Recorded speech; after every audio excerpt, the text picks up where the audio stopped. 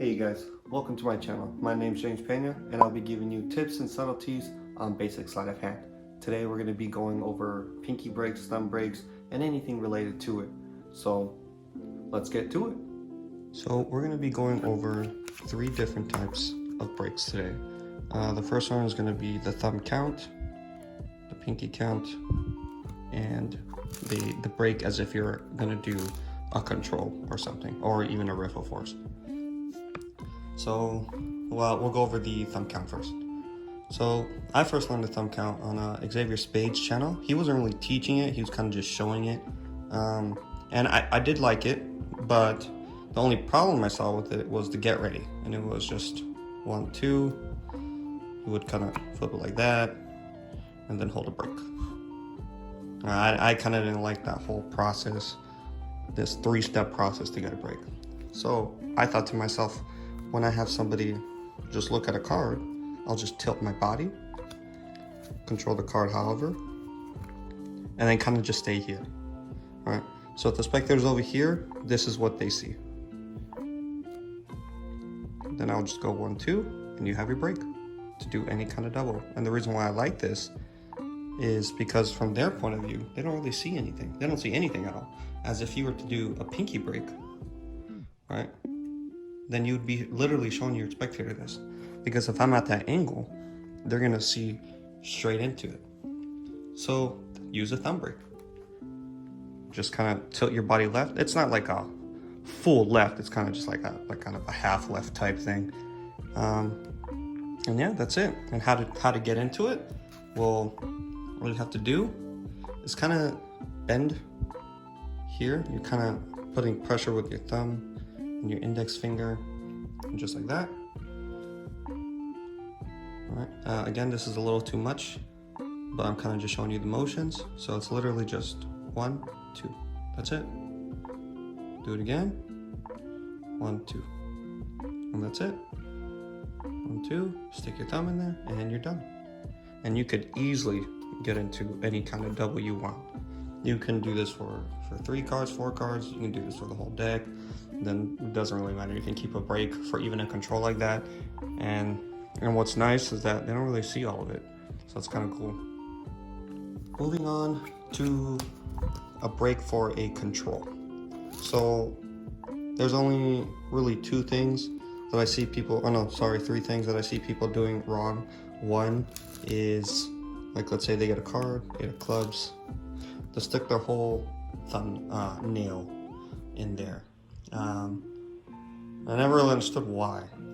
And then this kind of follows on to my other 2. So what happens is when you use a nail, is this will create, and they can definitely see that. And the third one is it'll create, and even if you were to flatten it, right, you can definitely see that line. Right, and it's just too obvious for me, I think. So literally, just to combat those 3 things, the only thing you have to do is just use the flesh.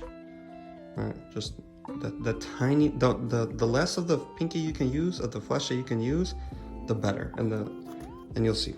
So they take a card, kind of square it up, use literally the smallest amount.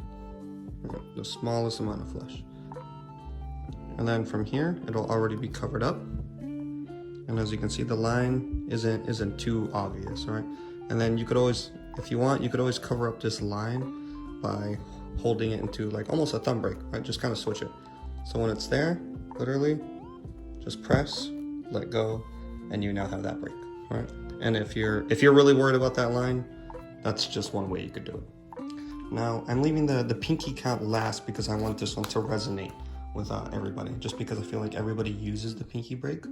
And to be honest, there's only one thing that really bothers me when everybody does the pinky break. It's when people, I don't know where they learned it, but it's like, they'll like do this, right? And it's like, why are you popping it out so much? No need for that. You literally don't have to do this. Just to get that double.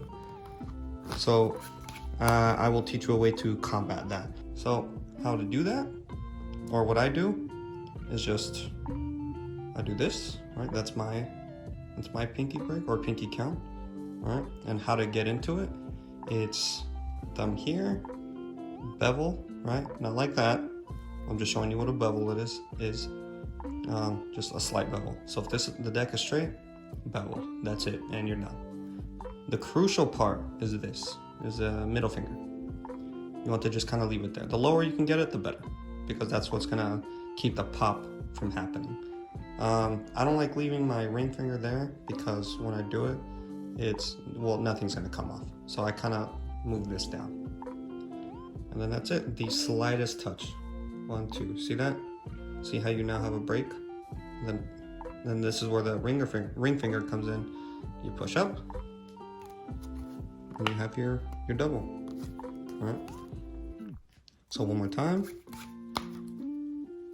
Thumb here, applying a little bit of pressure, right? It's not like this, right? It's like here, and then you're kind of just pushing down. Bevel it, a slight, not too much. Ring finger, or middle finger, ring finger's down here. 1, 2, see that? And then once you have that, if you want to get ready, or if you want to just keep it there, obviously keep it there, you just leave it like that. If you want to get it ready for a double, just push up with your ring finger and grab it. And you're good. Well guys, that's all I have today for breaks. Those are all my tips and subtleties that I've experienced throughout the years and what's helped me be better, even at just the smallest things. Breaks is like the most basic in card magic. So I definitely wanted to make a tip video on this. So hopefully you guys will like it. Besides that, stay tuned for next week. So please consider liking, please consider subscribing, and hopefully you guys have a good day. Peace.